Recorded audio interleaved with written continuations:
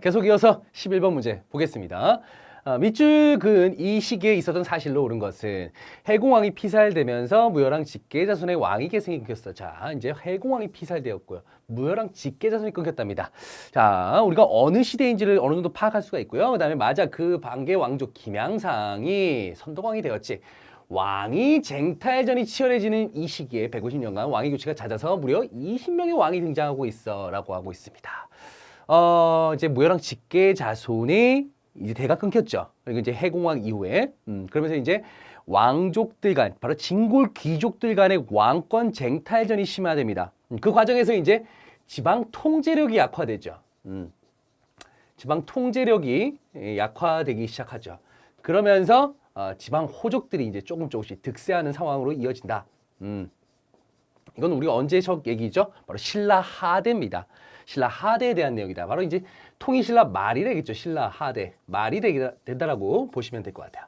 바로 이제 신라 하대에 대한 내용으로 여러분들이 보기에서 골라내시는 문제예요. 어려운 문제 아닙니다, 결코. 그렇죠? 자, 1번 구산 선문 중 하나인 실상산문이 개창이었다. 우리 구산 선문이라고 나왔어요. 구산 선문.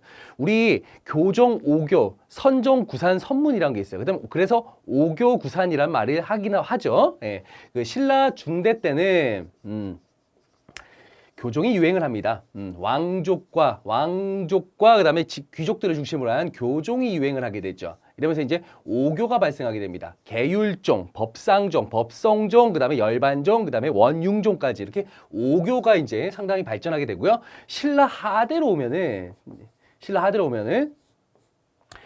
이 교종과 달리 선종, 그렇죠? 수행을 통한 깨달음을 중시 여기는 거예요. 여긴 교리와 경전을 중시 여기는 거죠. 이제 선종이 유행을 하게 됩니다. 그러면서 구산 선문이 이제 전국적으로 발생하게 되죠. 구산 선문. 이 구산 선문이라고 한다면 우리가 이제 여기 나오는 실상산문이 있어요. 실상사를 중심한 실상산문, 뭐 복림산문, 사굴산문, 사자산문, 수미산문, 통리산문, 뭐 이런 어떤 9개의 선문이 발달하게 됩니다. 바로 교종이 아닌 선종과 관련돼 있다라는 거. 여기서 여러분들 구산 선문, 이게 선종과 관련돼 있구나 알고 계실 수도 있어요. 그런데 이제 과연 여기 실상산문 맞는 거야? 여러분들 여기에 의심을 가질 수가 있는데, 이런 뭐 실상산문 이런 걸 가지고 사실상 뭐 이렇게 여러분들에게 페이크를 쓰거나 하지는 않습니다. 이 구산선문이 선종과 관련됐고, 이 선종이 바로 신라 하대에 유행을 했었구나라는 사실을 여러분들이 알고 계시다면 충분히 1번을 정답으로 여러분들이 체크하실 수가 있다라는 거예요. 그렇죠? 네. 그럼 나머지도 한번 볼게요. 국가 주도로 사만통보 해동통보가 발행되었답니다. 자, 지금은 통일신라 말이에요. 신라 하대에 대한 내용이지 않습니까? 사만통보 해동통보. 우리나라 최초의 철전이 언제 주조가 되죠? 바로 고려 성종 때, 권원주 후보가 처음으로 이제 만들어지게 되죠. 그 이후에 이제 고려 후기에 가면, 고려 중기에 가면은 숙종, 그때 의천의 화폐 주조 건의를 하게 되고요. 이때 활구가 이제 주조가 됩니다. 활구. 바로 은병이 얘기합니다. 자, 당시에 이제, 영토의 모양을 본떠서 만든 거요. 바로 이제 그 활구가 되겠는데, 그 이후에 이제 사만통보, 해동통보 같은 것들이 발행되었다. 바로 고려 중기 때. 언제예요? 숙종 때인데, 고려 중기 숙종이에요. 이거 조선 후기 숙종 아닙니다. 네, 고려입니다. 고려. 3번 관리들에게 관료전이 지급돼서 노급이 폐지됐다. 자, 관료전 지급 노급 폐지 이거 언제죠? 네, 신라입니다. 통일신라. 역시 통일 신라가 되겠는데, 이거는 신문왕 때죠. 우리 신문왕은 신라 중대죠. 바로 이제 왕권 강화가 이루어지는 시기입니다. 신문왕. 바로 우리 이제 무열왕, 태종 무열왕. 바로 이제 김춘추가 되는데, 김춘추의 손자라고 볼 수가 있어요. 손자. 그렇죠? 바로 신문왕입니다. 무열왕 직계자손이에요. 이기 때문에 이거 여러분들 헷갈릴 수가 있는데 3번은 아닙니다. 그렇죠?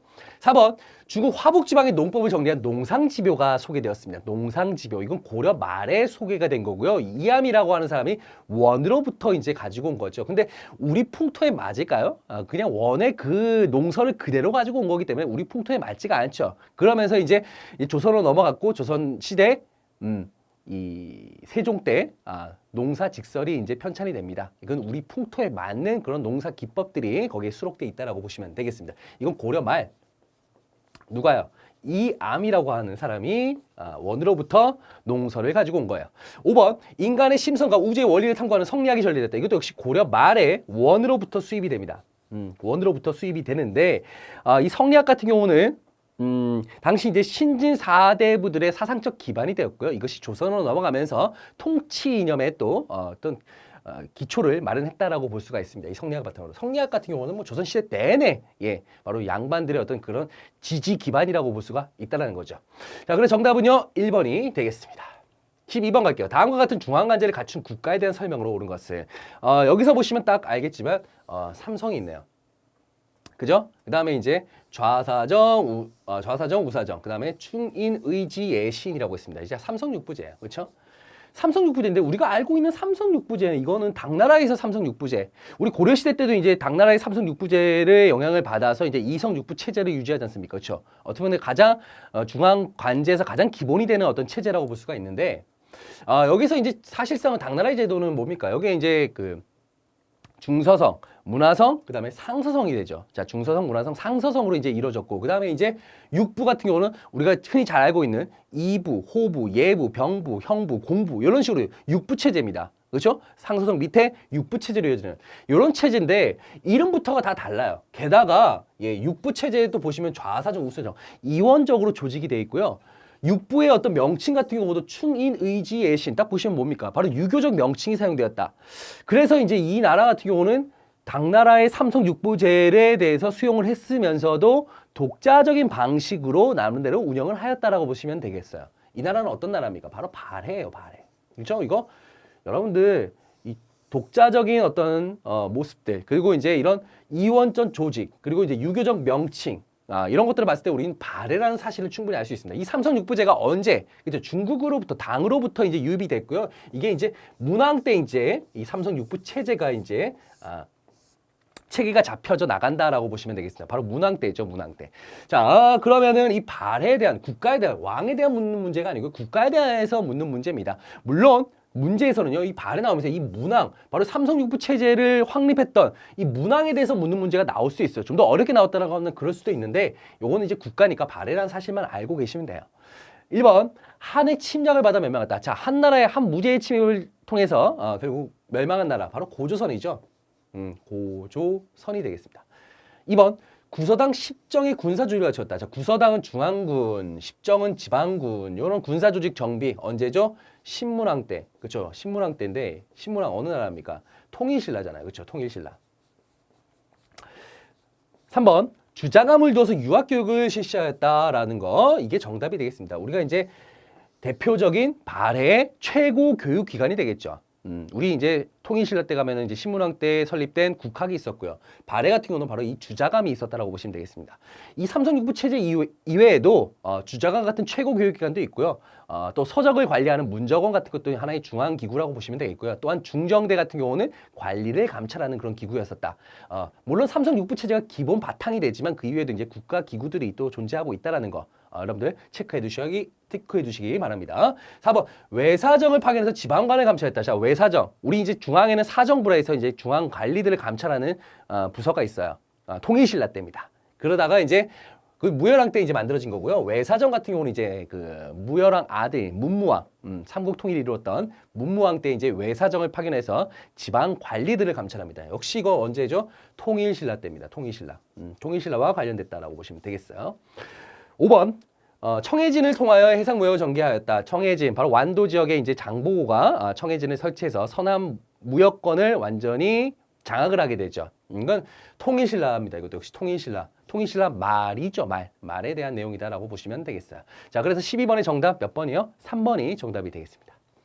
13번 가겠습니다. 세시풍속. 요즘 꼭 한 문제씩 나오고 있어요. 세시풍속. 자, 1년 중 양기가 가장 왕성한 날이랍니다. 근데 옳지 않은 거 고르는 거네요. 옳지 않은 거. 옳지 않은 거. 세시풍속 문제 중에서 옳지 않은 거 고르는 문제, 잘 안 나오는데, 이게 오늘은 옳지 않은 거에 대해서 나오네요. 자, 보겠습니다. 문헌자료. 자, 수린날이라고 한다옵니다. 우리 이거 있잖아요. 알 수 있어요. 어디서? 이 사만 있잖아요. 사만의 사회풍속을 한번 제천행사를 한번 보시면은 아마 제가 수업 시간에도 여러 번 언급을 했던 겁니다. 자, 뭡니까? 5월. 그 제천행사 2번 열린다 했죠. 5월. 이 3월 아니에요. 5월이에요. 5월. 5월에 뭐죠? 수린날. 그쵸? 5월에 수린날. 요거는 현재 지금 단오와 관련이 있다라고 제가 말씀을 드렸던 적이 있습니다. 예. 수업 시간에 매번 얘기하고 있습니다. 10월에는 계절제. 요거는 이제 지금의 이제 추석과 관련이 있다. 이렇게 제가 여러 번 언급을 했었습니다. 바로 이 수립날에 해당하는 것도 바로 단어예요. 단어. 네, 단어. 자, 술이란 우리말로 술에다 이날 쑥을 뜯어 찢어서 예, 말이 좀 어렵네요. 찢어서 맵쌀가루에 넣고 초록색이 나도록 반죽을 하여 수레바퀴 모양으로 떡을 만들어 먹는다. 그래서 우리가 수립날이라고 한다라고 했습니다. 관련 행사 보면 각지 다양한 행사 열리고 강릉의 행사가 유명합니다. 강릉에서 단오제 유명하죠. 아주 그렇죠? 네, 유명합니다. 이 행사는 유네스코 인류무형 문화유산으로 등재되었다. 바로 단오에 대한 내용입니다. 단오에 대한 내용 옳지 않은 거 고르는 거니까요. 자, 보시면 1번 앵두로 화채를 만들어 먹었다. 맞아요. 예, 앵두로 화채는 만들어 먹었습니다. 단오 때. 네, 그다음 두 번째 창포물로 머리 감는 거. 이거 우리 거기 나오지 않습니까? 신윤복의 그림에서도 나오고 있죠. 네. 자, 그다음에 3번 들판에 쥐불을 놓으면 풍년이었다. 자, 쥐불놀이? 쥐불놀이는 언제죠? 예, 정월대보름이죠. 정월대보름. 그렇죠? 여러분들 부럼을 먹거나 그렇죠? 정월대보름에 대한 세시풍속입니다. 이거 딱 아닌 거. 예, 딱 보이네요. 조금 어렵게 이게 어느 날인지 몰라도 뭔가 이거는 정월대보름하고는 전혀 관련이 없는 것 같은데 딱 정월대보름에 그 당시 이제 풍습들이 나와 있죠. 그러니까 정답은 이게 뭡니까? 3번이 정답이 되겠고요. 4번 그네뛰기, 씨름 등의 민속놀이. 그쵸? 단오제 때 씨름 대회 합니다. 예. 5번 임금이 신하들에게 부채를 나눠줬다. 이것도 맞는 내용이에요. 그래서 정답은요. 3번이 되겠습니다. 자, 14번입니다. 가왕이 실시한 정책으로 옳은 것은입니다. 이거 딱 보면 알겠지만 취민주도를 표방했다. 민들에게 세금을 취할 때는 도를 지켜야 된다. 그리고 흑창, 빈민 구제를 위해서 흑창을 설치하죠. 나중에 성종 때 이제 이게 의창으로 변하죠. 그다음에 정계 계백 요서, 그리고 이제 이런 것들은 신하들에 대한 윤리를 강조하기 위해서 한 건데 지금 현재 현존하지는 않습니다. 그리고 이제 후뇨십조가 있죠. 후뇨십조. 앞으로 후대 왕들에게 보여주는 하나의 또 교본이 되는 후뇨십조 같은 것도 있고요. 자, 그리고 이제 북진 정책, 서경을 중시 여겨라. 후대 왕들은 여기 이제 서경에서 한 100일 정도, 1년에 100일 정도는 머물러라라고 이제 해서 서경 중시를 하게 됩니다. 자, 어느 왕입니까? 바로 태조 왕건입니다. 그리고 여기 나오죠. 호족을 통합하기 위해 많은 노력을 기울였어요. 자, 여기에서 이미 정답이 나왔습니다. 예.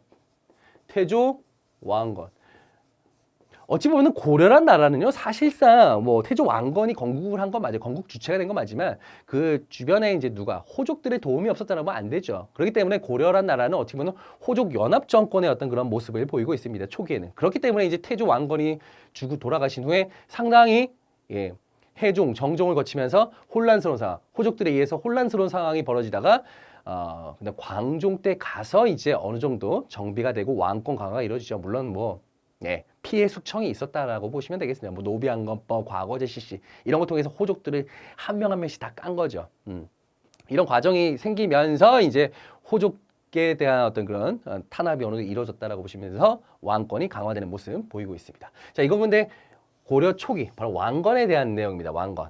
자, 왕건과 관련 있는 거, 호족 통합 정책이 아니고 이제 호족을 통합하기 위한 정책도 물론 했습니다. 뭐 있었죠? 정략 결혼 정책도 있었고요. 사성제도라 해서 성씨를 하사합니다. 왕씨성을 하사하기도 하고요. 그다음에 역분전, 공신들에게 이제 역분전을 또 나눠주기도 했다라는 거.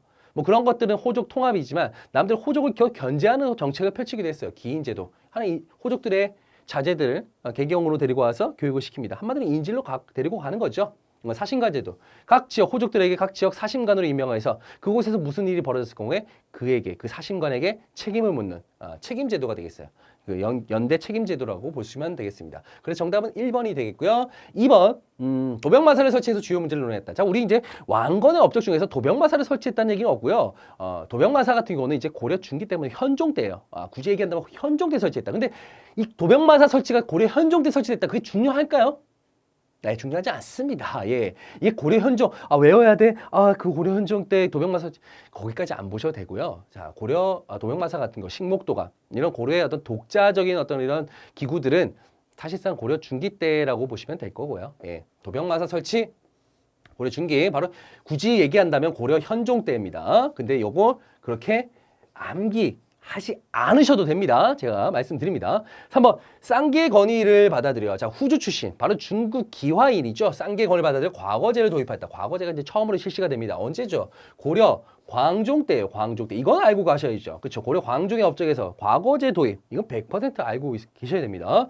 4번 전시과 제도를 마련해서 관리대에게 토지를 지급했다. 전시과 제도가 언제 마련됐죠? 네, 바로 고려 경종 때죠. 경종 때. 경종 하면은 여러분들 경종 하면은 일단 처음에 전시과 제도가 실시되었다라는 거 반드시 체크하셔야 됩니다. 이때는요 전현직 관리에게 수조권을 주는 거죠. 수조권을 전지와 시지 이 수조권을 주는 건데 전현직 관리에게 줍니다. 거기에 이제 관직도 포함되지만 여기에 뭐가 더 들어간다? 인품이 들어간다. 그렇기 때문에 객관적 기준이 아니었다라고 보시면 되겠습니다. 그 이후에 이제 이게 시정 전시과예요. 그 이후에 이제 개정이 전시과가 나오고요. 목종 때, 그다음에 문종 때 경정 전시과가 나오면서 점차 전시과 제도가 이제 어느 정도 확립이 되어 가죠. 그런 와중에 무신정변이 딱 터지면서 전시과 제도가 완전히 붕괴가 되는 그런 모습들. 이렇게 그런 흐름도 체크를 해두시기 바랍니다. 5번 백간의 공복을 제정해서 복색을 4등급으로 구분하였다. 뭐 이런 것까지 안 해도 공복을 제정하였다. 공복 제정 언제죠? 고려 광종 때입니다. 공복 제정. 그래서 서열을 위계 질서를 공고히 하는 그런 모습들을 보인다라는 거죠. 공복. 너가 나보다 색깔을 통해서 나보다 이제 위 관리다, 아래 관리다라는 걸 파악할 수가 있어야 되니까요. 그렇죠? 네, 이런 것들은 고려 광종 때의 모습이 왕권 강화의 어떤 모습이라고 볼 수가 있죠. 14번 정답 1번이 되겠습니다. 15번 가겠습니다. 가인물에 대한 설명으로 옳은 것은 역시 인물에 대한 문제인데 이건 쉽게 갈 수 있어요. 뭐냐? 서경천도를 주장했다. 그런데 그들이 반란을 일으켰다. 그런데 진압이 되었다. 뭐 누군지 뻔히 알잖아요. 그렇죠? 누굽니까? 묘청이잖아요. 묘청. 그렇죠? 묘청의 서경천도 운동이라고 보시면 돼요. 묘청. 물론 이 서경천도 운동을 주도했던 서경천도를 주장했던 인물이 뭐 묘청도 있었고요. 당시 묘청 승려 출신이잖아요. 그렇죠? 당시 또 신진관리였던 정지상 같은 인물들도 있습니다. 그렇지만 이제 묘청이 중심이 돼서 결국 서경 천도 운동을 벌이죠. 당시 이제 묘청을 중심으로 한 서경파와 누구의 대립이 있었죠? 바로 김부식 같은 문벌귀족을 중심으로 했던 개경파들이 있습니다. 이들은 이제 개경에 계속해서 머물러야 된다. 아니다. 개경의 기운을 세했다. 풍수지리를 내세워서 서경 천도를 주장하게 됩니다. 그러면서 이제 당시 이제 그 금나라의 4대를 주장했던 개경, 금 4대를 주장했던 이 개경파에 맞서서 그게 무슨 말입니까? 우리는 고구려를 계승한 나라예요. 당연히 이런 짐승과 같은 금수와 같은 금나라 정벌을 해야죠. 자, 그러면서 우리가 칭제 권원을 세워야 됩니다. 황제로 칭하고 권원을 해야 됩니다. 어디 이런 금수 같은 나라에게 우리가 사대를 합니까? 라고 하면서 고구려 계승 의식을 내세웠죠. 물론 우리가 잘 알고 있는 개경파의 대표적인 인물 김부식, 그렇죠? 삼국사기에서 드러났지만 무슨 계승 의식이에요? 신라 계승 의식이죠. 그리고 이제 합리적인 유교 계승 의식입니다. 합리적인 유교 사관을 내세우기도 했었다라는 거. 여러분들 아마 이 서경파, 개경파 체크를 꼭 해두셔야 된다라는 거 말씀드릴게요. 결국은 이 묘청 같은 경우는 1135년도에 묘청에서 반란을 일으켰고요. 결국 그곳에다가 이제 대위국을 세우죠. 국호를 대위국으로 하고 대화궁을 짓습니다. 그리고 이제 연호를 1000개, 하늘을 열겠다라고 하면서 이제 1000개라고 이제 하는데 결국은 이제 누구? 바로 이제 김부식이 이끄는 관군에 의해서 정부군에 의해서 진압이 돼 1년 만에 진압이 됩니다. 자, 묘청에 대한 내용들 찾아내시면 됩니다. 불시잡변을 저술했다. 이제 고려 말 누굽니까? 정도전이죠. 바로 조선의 그 억불숭유의 어떤 그 기반이 되었던 불시잡변. 이게 뭡니까? 이게 불시잡변이라는 거 말 그대로 부처 아저씨 잡소리 그만하세요.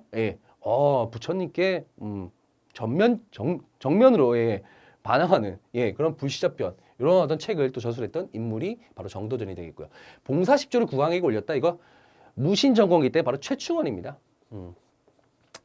사실상 근데 봉사십조 전혀 쓰임새가 없었죠. 그냥 형식적으로 올린 거라고 볼 수가 있어요. 3번 무신정권을 타도하고자 했다. 자, 무신정권을 타도하고자 했다. 무신정권 타도하고자 했다. 누굴까요? 당시 이제 무신정권 때 문신들의 반란이 있었어요. 문신들. 이제 문신들에 의해서 짓밟혔던 이 문신들이 반란을 일으킨 적이 있죠. 누구죠? 김보당, 조이총 같은 인물들이 무신정권을 타도하고자 했었고요. 또한 이제 귀법사라고 있죠. 귀법사. 바로 이제 교종의 교종의 대표적인 또 사찰입니다. 교종 승려들이 중심이 돼서 또 귀법사의 난이라는 것도 있다라는 거. 귀법사. 귀입니다. 귀. 자, 4번. 칭제권원과 금국 정벌을 내세웠다. 이게 정답이 되겠죠. 바로 묘청입니다. 자, 5번. 반정공신의 위훈삭제. 이거는 이제 조선 중기 때 바로 위훈삭제. 거짓된 공호는 삭제시켜야 됩니다라고 해서 훈구들의 반발을 샀었던 대표적인 인물 누구입니까? 조광조입니다. 조광조. 중종 때 인물이죠. 조광조. 자, 그래서 정답은 몇 번이죠? 4번이 되겠습니다. 16번 가겠습니다. 다음 서술형 평가에 답안에 들어갈 내용으로 적절하지 않은 것은 이라고 나왔죠. 자, 지문은 되게 쉬워요. 근데 보기가 조금 어려워요. 예, 보겠습니다. 자, 11세기 중엽에 최충이 문헌공도입니다. 문헌공도. 자, 최충이 이게 시호죠, 시호. 문헌. 그렇죠? 문헌공도를 비롯한 우리가 이제 이걸 또 닮은 이제 9개 전문 강자가 열린다. 구제학당이라고 하기도 하고 구제학당. 예, 구제학당. 구제학당도 이제 문헌공도와 같은 말이라고 보시면 돼요. 대표적인 사학이죠. 최충원이 은퇴한 후에 이제 사숙에서 이제 학생들을 그쵸 가르치는 이런 사학이 이제 처음으로 들어서게 되고 역의 영향을 받아서 그 개경 주변에 이제 12개의 사학이 생깁니다. 그걸 뭐라 그럽니까? 사학 12도라고 하죠. 12도. 네, 사학 12도. 자, 이런 사학 12도. 그래서 이제 과거 시험에 합격할 수 있는 과거 합격률을 상당히 높습니다. 그러다 보니까 사람들이 너나 할 것 없이 그냥 다 이 사학으로 다 몰리게 되죠. 그러면서 관학이 상당히 위축되는 그런 상황으로 갑니다. 고려 중기 때 상황이죠. 자, 이걸 어떻게든 간에 지금으로 치면 그런 거죠. 사교육이 지금 이제 상당히 증가하게 되면서 공교육이 위축이 되는 상황. 뭐 그런 상황이라고 보시면 돼요. 자, 이거와 관련 있는 거. 그래서 여기에 대한 뭡니까? 개선하기 위한 대책이잖아요. 그러니까 관학이 위축됐으니까 이것을 관학을 진흥시킬 수 있는 관학 진흥책에 대한 내용. 관학 진흥책. 자, 관학을 어떻게 진흥할 수 있을까? 한번 보기 통해서 아닌 거 골라내시면 되는 그런 문제입니다. 1번 갈게요. 중등교육기관으로서 뭐가 있다? 사부학당을 설립하였다. 여러분들 여기서 헷갈릴 수가 있어요. 예, 중등교육기관 맞습니다. 그리고 관립교육기관이에요. 그런데 사부학당이 설치된 건 언제예요? 조선시대입니다. 예, 조선 세종 때 와서 사부학당이 설립이 됐고요. 고려시대는 뭐였냐면 고려시대는 오부학당이에요. 네, 그렇다고 이것이 관학 진흥을 위해 설치한 건 아니에요. 그렇죠? 관학 진흥을 위해 설치한 건 아니고요. 중등교육관으로서 국가 정부 주도에 의해서 오부학당, 동서남북중 그래서 동부학당, 서부학당, 남부학당, 중부학당, 북부학당 이렇게 했는데 이게 이제 조선 초기까지는 계속 이어지다가 네, 나중에 이제 북부학당이 이제 폐지가 됩니다. 그러면서 이제 동서남중 예, 사부학당으로 이제 개편이 되죠. 이게 언제냐면 세종 때. 조선 세종 때 가서죠. 그렇기 때문에 이거 그리고 오부학당이라 할지라도 오부학당이 사실상 관학 진흥 체계로 인해서 만들어진 건 아니에요. 예, 그렇기 때문에 1번이 정답이 되겠죠. 왜냐면 아닌 거 찾는 거니까. 자, 2번 가겠습니다. 국자감의 전문 강좌였던 칠제를 두어서 운영하였다. 자, 국자감 칠제. 우리가 이제 이걸 국학 칠제라고 표현하기도 합니다. 국학 칠제라고 하기도 하는데, 그러니까 여기서 이제 9개 전문 강좌를 준다고 하니까 우리도 7개 전문 강좌. 흔히 얘기하면 이제 사교육이 이제 융성하기 시작하니까 우리 지금 최근에 이제 국가에서도 이제 항상 이제 공교육하면서 공교육 그 범위에 들어가는 게 또 하나 EBS잖아요. 그렇죠? EBS, 모비S. 예. 그 EBS 같은 역할을 하는 거죠. 이곳에 이제 전문적인 강사들을 둬서 전문 칠제를 둬서 또 운영하기도 합니다. 이거 고려 예종 때. 자, 그다음에 경사육학을 중심으로 해서 교육제도를 정비했다. 자, 이거 처음 들어보셨을 거예요. 경사육학이 도대체 무엇이냐? 자, 그런데 여러분들 이건 알고 계실 거예요. 국자감 알고 계시죠? 예, 고려의 대표적인 최고 교육기관이 있죠. 그런데 이 국자감이 우리가 이제 성균관 하면은 기본적으로 이제 유학부를 중심으로 운영됩니다. 나머지 기술학부는 다 잡학이라 그래가고요. 없는데 이 국자감 같은 경우는요. 일단은 기본적으로 이제 유교적인 교육도 합니다. 유학부도 있어요. 유학부. 유교가 아니고 유학부. 유학부가 있고요. 그 다음에 이제 기술학부가 있어요. 예, 이게 이제 특징이 있죠. 국자감의 특징은. 유학부와 기술학부가 있다라는 거. 거기에 이제 뭡니까? 사문학, 국자학, 태학. 그래서 이제 유학부의 3학기랑 그 다음에 이제 기술학부에 보면은 유학, 법을 가르치는 유학이라든가 아니면 서예를 가르치는 서학이 있고요. 그 다음에 이제 산수를 가르치는 산학이 있어요. 이렇게 해서 이제 이거를 뭐라 부른다? 유학부의 3학과 그 다음에 기술학부의 3학을 해서 경사육학이다. 이거 성종 때예요. 네, 고려 성종 때 이런 것들을 마련하게 된다라는 거. 자, 그래서 고려시대는 이제 초기에 이제 유학부와 기술학부가 같이 이루어졌다라는 거, 국자감 안에 같이 들어가 있다라는 거 기억해 주셔야 된다라는 거 말씀드립니다. 자, 그다음에 4번 장학기물 마련해서 양형고를 설치하였다. 양형고 역시 국자감 안에 설치했던 장학재단이죠. 역시 고려 예종 때 이런 거 설치하게 됩니다. 양형고 장학금도 줄게. 너네 사교육하지 말고 공교육에 와. 관악으로 들어와. 장학금도 준다잖아. 그쵸? 꼬시는 거죠. 네.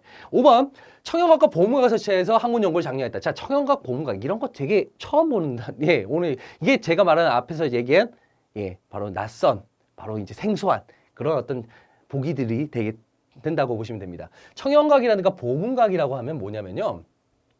이 청영각 같은 경우는 이제 왕실 내, 궁궐 내에 지었던 하나의 이제 궁중 도서관이라고 보시면 돼요. 여기에 이제 학사들이 모여가지고 이제 왕과 함께 이제 그런 제도들, 이런 정치에 대해서 이제 강론하는, 유학에 대해서 또 강론하는 그런 자리가, 그런 곳이 바로 이 청영각이 되겠는데, 이 청영각이라는 곳이 이제 궁궐 내에 조성돼 있다 보니까 학사들이 이제 숙직하러 들어가는 게 상당히 불편한 거예요. 예. 불편하니까 그 곁에다가 이제 다시 이제 보문각이란 거야. 그쵸? 그 주변에다가, 궁궐 주변에다가 이제 보문각을 다시 설치했다. 한마디로 이제 학사들이 학문 연구를 할 수 있는 그런 곳이 이제 마련되었다라고 보시면 되겠습니다. 네. 아시겠죠? 자, 그래서 정답은 몇 번이요? 1번이 정답이 되겠습니다. 17번 갈게요. 조금 어려워요. 이게 이제 좀 어려운 문제. 이거는 좀 여러분들이 이게 상당히 좀 맞추기 힘드는 그런 문제라고 보시면 되겠는데, 자, 그래도 한번 풀어보도록 하겠습니다. 자, 이로보건대 삼국의 시조가 모두 신비로운데에서 탄생하였다고 해서 이상할 것이 없다. 이 책 머리에 뭐가 있다? 기편이 있다라는 것. 자, 이게 뭐냐? 기편이 실렸다라는 것. 이게 이제 삼국유사가 되겠어요. 삼국에 대한 삼국유사. 기편이라고 하는 건 이제 조선부터 해서 이제 후삼국까지의 어떤 그런 역사적 내용들을 단편적으로 이제 서술한 그 편이 이제 바로 기편이 되겠어요. 삼국유사 같은 경우는 총 9편으로 되어 있죠. 9편으로 되어 있어. 그래서 흥력편, 왕에 대한 내용들, 그 다음에 이제 기편, 대표적인 단편적인 역사들, 그 다음에 이제 뭐 탑상이라 해서 뭐 탑과 불상에 대한 내용들도 해갖고 총 9편으로 구성되어 있는데, 주로 이제 뭐에 대해서 기술하고 있냐? 불교사 중심이에요. 불교사. 왜냐하면 이것을 서술했던 이련이라는 분이 바로 이제 승려였기 때문에 불교사 중심으로 서술이 됐다라는 거. 그리고 단군에 대한 기록이 있다라는 거. 단군에 대한 기록이 있다라는 거. 이런 것들이 하나의 대표적인 특징이라고 보시면 되겠습니다. 아시겠죠? 그리고 약간 좀 신이한 거 있지 않습니까? 또 신적인 그런 것들이 조금 이제 같이 포함되어 있다라고도 보시면 될 거예요. 자, 그다음에 조금 어려워요, 이거. 그쵸? 시로 읊는다. 요즘에 가지고 시로 읊는다. 자, 이 책이 시로 읊는답니다. 편리하지 않겠습니까? 굳이 뭐 나열식이고 서술식으로 쭉 가는 것보다 시로 이걸 딱 단편적으로. 그래서 운을 넣었답니다. 운을 넣었다. 이 운. 그쵸? 우리 랩에도 뭐가 있습니까? 라임이란 게 있어요. 그쵸? 이 운을 넣었다. 이 라임과 비슷한 거라고 보시면 돼요. 라임과. 랩의 라임과 라임이랑 또 비슷하다고 보시면 돼서. 운을 넣어서 만들었다. 자, 이거는 뭐냐면요. 제왕운기예요. 제왕운기. 이승휴라고 하는 분이 만들었던 제왕운기가 되겠죠. 자, 제왕운기. 이 삼국유사랑 제왕운기 둘 다 언제 만들어졌을까요? 예. 바로 원간섭기 때요. 자, 원간섭기 때. 그래서 이거를 이제 뭐 자주적인 역사의식을 되찾는다라는 건데, 왜냐하면 당시에 이제 대내외적으로 상당히 위기 상황이지 않습니까? 당시 이제 우리는 원에 간섭을 받으면서 부마국으로 전락했고, 그 와중에 권문세족의 어떤 횡포가 심해지는 그런 시기. 그러면서 우리의 어떤 자주적인 역사를 찾고 그런 위기를, 그걸 통해서 위기를 극복해보자 하는 그런 어떤, 거기서 출발해서 이제 이런 역사서를 쓰게 된다는 거죠. 요건 이제 하나의 역사서라고 한다면, 제왕운기 같은 경우는 하나의 역사시라고 보시면 돼요. 그래서 이거는 5원시, 7원시 식으로 이제 역사를 시 형태로 이제 만들었던 역사시라고 보시면 되겠습니다. 뭐 요동에 천재 벌개가 있으니 중국과 구분되어 나눠져 있다. 뭐 이런 내용들이 들어있는 바로 제왕운기입니다. 조금은 어렵게 느껴질 거예요. 자, 그러면은 보기를 통해서 한번 정답 찾아볼게요. 시정기, 사초 등을 토대로 편찬했다. 시정기, 사초 이런 것들 우리 여러 번 보고 있습니다. 뭡니까? 조선왕조실록이죠. 네, 조선왕조실록. 삼국유사와는 전혀 관련이 없습니다. 실록청에서 편찬했죠. 춘추관에서 이제 이거를 기록하게 됩니다. 춘추관에서 이거를 이제 감독하고요. 실록청에서 편찬했다라고 보시면 됩니다. 조선 왕조 실록입니다. 자, 2번 삼국유사 청중도사에서 금소활자본으로 관행되겠다. 예, 삼국유사가 금소활자본으로 관행되겠습니까? 이거 직지심체 요절인 거 아시죠? 1377년. 네, 청주 흥덕사에서 관행돼. 직지심체 요절. 3번입니다. 유네스코 세계기록유산으로 등재되었다. 제왕운기 같은 경우는 유네스코 세계기록유산으로 등재되었다는 얘기를 들어본 적이 없습니다. 그리고 아닙니다. 그리고 이제 삼국유사 같은 경우는 이제 목판, 이것도 이제 목판 같은 경우가 이거의 내용을 담긴 목판이 2015년도에 이제 유네스코 세계기록유산으로 이제 등재가 됐어요. 이건요. 2015년도에. 네. 4번. 조선 왕조의 역사가 기사본말체로 서술되었다. 일단은 예, 지금 현재 보시면 알겠지만 요 시로 됐는데 제왕기는 지금 고려 말에 원간섭기 때잖아요. 그렇죠? 예, 조선 왕조도 일단 아니고요. 기사본말체도 아닙니다. 기사본말체. 우리가 흔히 역사 서술 방식이 있어요. 여러분들 이런 것들 한번 여기서 지금 간단하게만 체크할게요. 일단 기전체라는 게 있잖아요. 그렇죠? 우리 대표적인 책은 삼국사기죠. 그다음에 삼국사기가 있었고요. 그다음에 이제 편년체가 있어요. 그리고 이제 잘 나오는 건 아닌데 기사본말체가 있죠.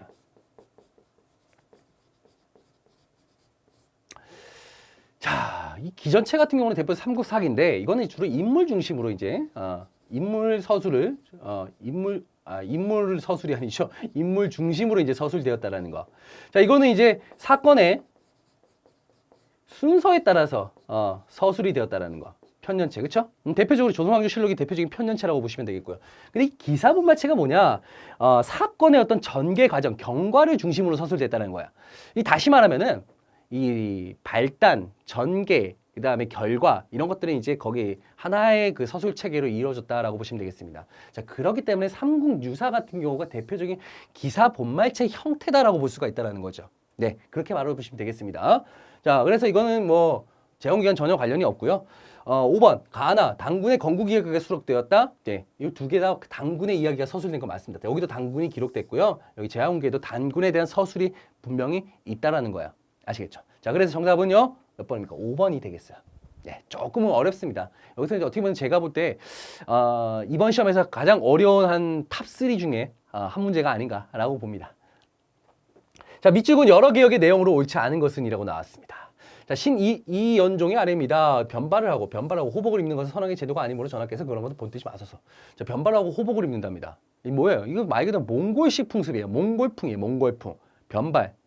이런 것도 호복. 이런 것도 변발. 이런 것들은 다 하나의 몽골풍의 어떤 하나의 풍속이라고 볼 수가 있겠죠. 그래서 왕의 아기가 그들은 진정 충신이구나. 광인은 변발을 풀고 여러 개혁 조치를 통해 고려를 바로 잡아갈 것이야. 그러니까 바로 잡겠다는 거예요. 몽골풍을 어떻게 한다? 일소시켜버리겠다. 금지시켜버리겠다. 어느 왕입니까? 공민왕이죠. 원간섭기 때 들어오면서 원의 풍속들, 그 다음에 우리의 어떤 각종 관제들이 격화가 되죠.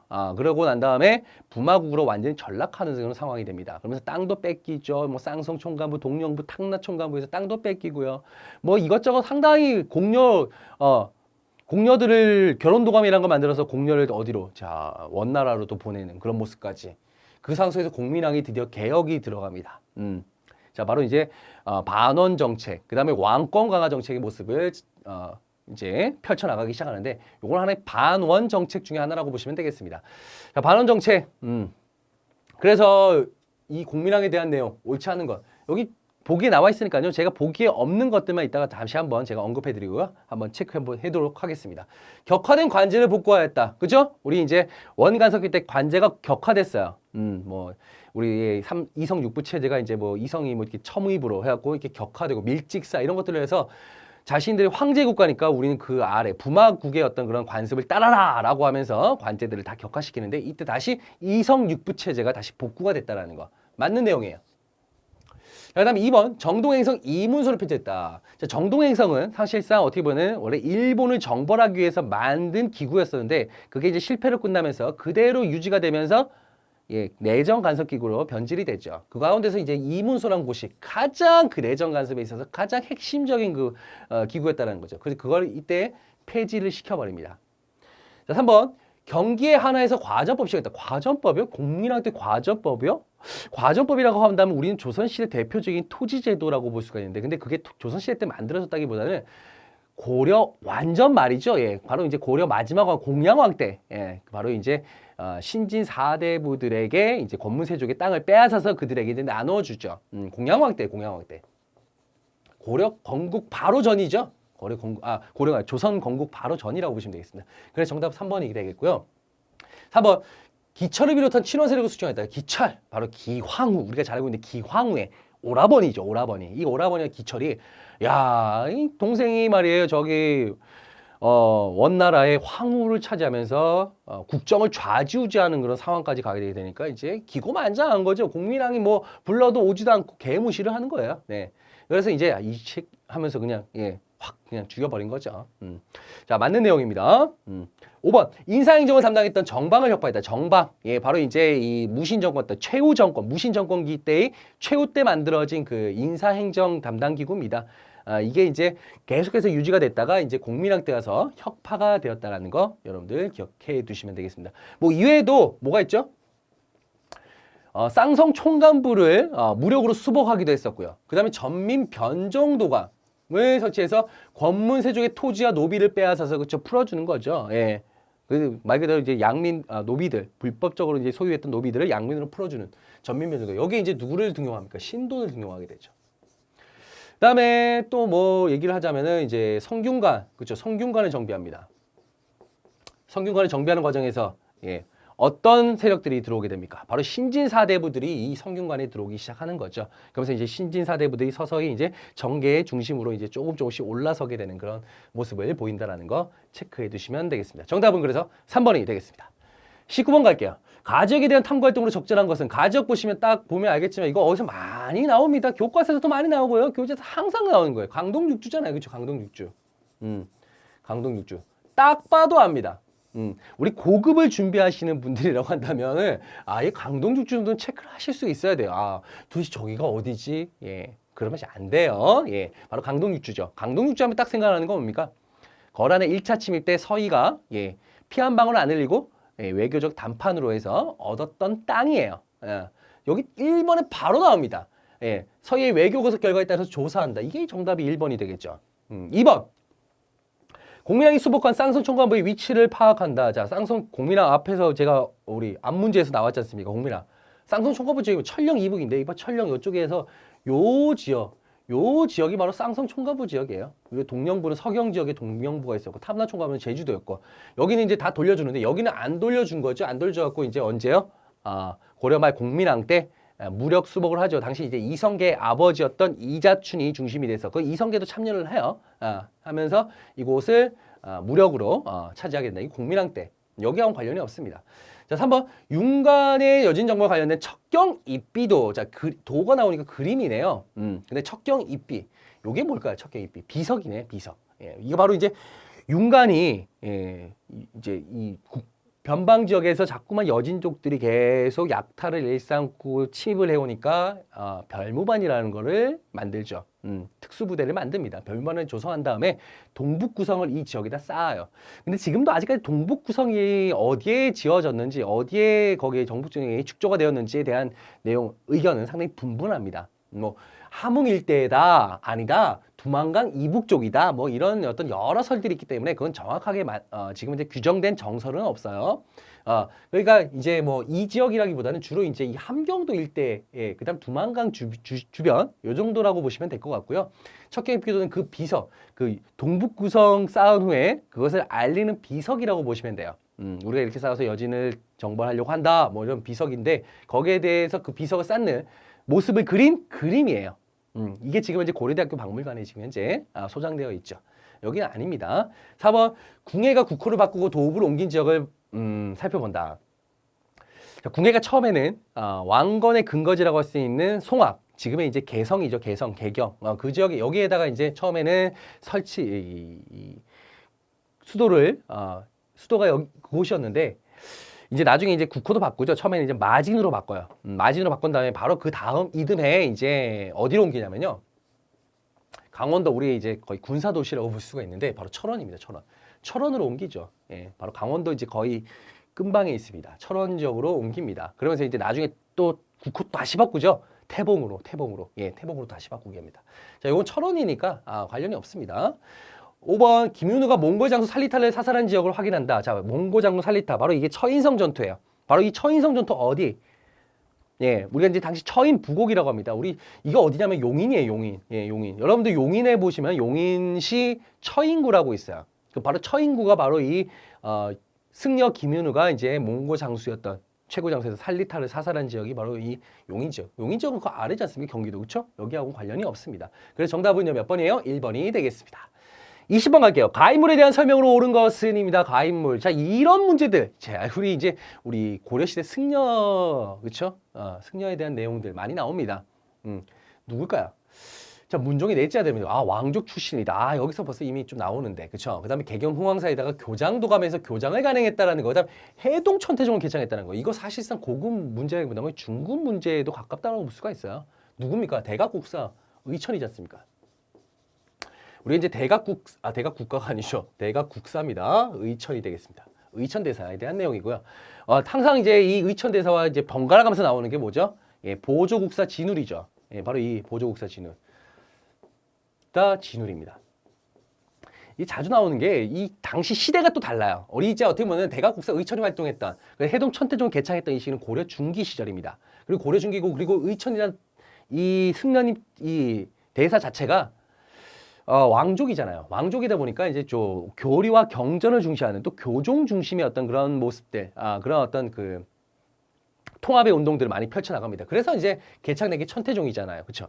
반면에 이 진울이 활동했던 데는 또 무신 정권계예요. 자, 무신들 같은 경우는 사실상 어떻게 보면 그 불교의 경전, 교리 이런 거 잘 몰라요. 그렇죠? 근데 뭘 합니까? 수행을 통해서 뭐 깨달음 이런 것들 쉽잖아요. 사실 어떻게 보면 말은 좀 쉽잖아요. 뭐 교리까지 알지 않아도 내가 깨닫는다, 수행한다, 참선을 한다 뭐 이런 것들 쉬우니까. 이때 이제 진울 같은 경우는 이제 그런 무신 정권계의 어떤 그런 사회적 영향으로 인해서 선종 중심으로 해서 교종을 통합하는 그런 형태. 여러분들 그 시대별 어떤 특징들도 파악을 하신다면은 이 의천과 진울의 어떤 그런 사상적 방향, 불교의 사상적 방향도 어느 정도 파악할 수 있다라고 보시면 돼요. 아시겠죠? 자, 그래서 한번 이 의천에 대해서 지금 여기는 지금 의천에 대한 내용이니까 의천에 대한 내용을 찾으시면 돼요. 1번 갈게요. 심성의 도야를 강조한 심성의 도야를 유불일치설을 제창하였다. 유교와 불교는 같은 뿌리다. 성리학 고려 말의 성리학 수용의 토대가 되었다. 이게 하나의 교과서적인 표현이고요. 심성의 도야라고 한다면 뭐냐면 흔히 이제 불교와 유교는 그 심성의 도야의 어떤 방식이 같다라는 거죠. 같기 때문에 그렇기 때문에 유교와 불교는 같은 뿌리에서 나온 거라 이거죠. 이건 누구예요? 진울의 제자였던 해심입니다. 해심. 2번 법화 신앙을 중심으로 해서 백년사 결사운동. 자, 우리가 이제 결사운동, 바로 불교 정화운동입니다. 왜냐하면 고려 후기 때 가면 이제 또 불교가 상당히 좀 타락하는 경우가 있죠. 그러다 보니까 진울 같은 경우도 뭐 합니까? 수선사 결사운동. 바로 수선사가 바로 이 진울이 어떤 조계종을 창시했던 그 중심 사찰이라고 할 수 있는 순천에 있는 송강사라고 하는 절이거든요. 거기를 또 순선사라고 부르기도 한답니다. 예, 바로 수선사 정화가 아니죠. 결사운동이죠. 결사운동. 독경, 경전을 외워라. 그다음 노동을 해라. 가서 이제 뭐 이렇게 공양 받을 생각만 하지 말고 직접 독경을 하면서 마음의 수련을 하고 직접 노동을 통해서 너희들 자신이 먹을 것을 자신이 스스로 만들어 먹어라 이거예요. 예. 바로 그게 이제 수선사 결사운동의 하나의 대표적인 내용들이라고 보시면 되겠는데 여기서 이제 법화신앙을 중심으로 해서 백년사 결사운동을 펼쳤던 사람은요 바로 요세라는 사람입니다. 요세 스님이에요. 이 요세 같은 경우는 이제 여기서 강조했던 게 뭐냐면 참회. 예, 참회. 여러분들 우리 참회합시다. 우리 뭐 이런 것들 많이 들으셨나요? 예, 참회. 이게 뭐냐면 진정 어린 반성, 진심 어린 반성을 얘기하는 거야. 진심 어린 반성을 통해서 우리가 이제 이런 불교의 타락한 부분들을 정화시켜야 된다라고 얘기를 한 겁니다. 3번 귀법사를 중심으로 해서 활동하면서 성상융회를 강조했다. 이건 고려 초기입니다. 고려 초기 대표적인 어떤 그 교종 승려님이 바로 규녀가 되죠. 규녀는 따로 문제가 나오진 않습니다. 단독 문제 나오지 않고요. 이렇게 좀 여러분들 좀 생소하게 나올 수 있는 바로 규녀에 대한 내용. 자, 4번 도노 점수를 주장하면서 수행 공부를 정해쌍수로 했다. 도노 점수. 자, 이건 뭡니까? 문득 깨달음, 점진적 수행. 그러니까 문득 깨달음 같은 경우는 선종, 점진적 수행은 교종. 그러니까 선종이 교종보다 앞서 있는 거죠. 정해도 마찬가지예요. 정은 선종, 해는 교종. 그러니까 선종이 교종보다 앞서 있는 거. 근데 그걸 함께 닦는다. 예, 이거 뭡니까? 진울. 보조국사 진울입니다. 자, 5번 이론 연마와 수행을 함께 강조하는 교광겸수 내외 겸전 이런 거. 자, 역시 교는 교종이 되겠죠. 교종이 먼저 앞서는 거니까. 이건 누구예요? 대각국사 의천에 대한 내용. 정답은 그래서 5번이 되겠습니다. 자, 이렇게 해서 20번까지 풀어봤고요. 바로 이어서 또 21번부터 풀어보도록 하겠습니다.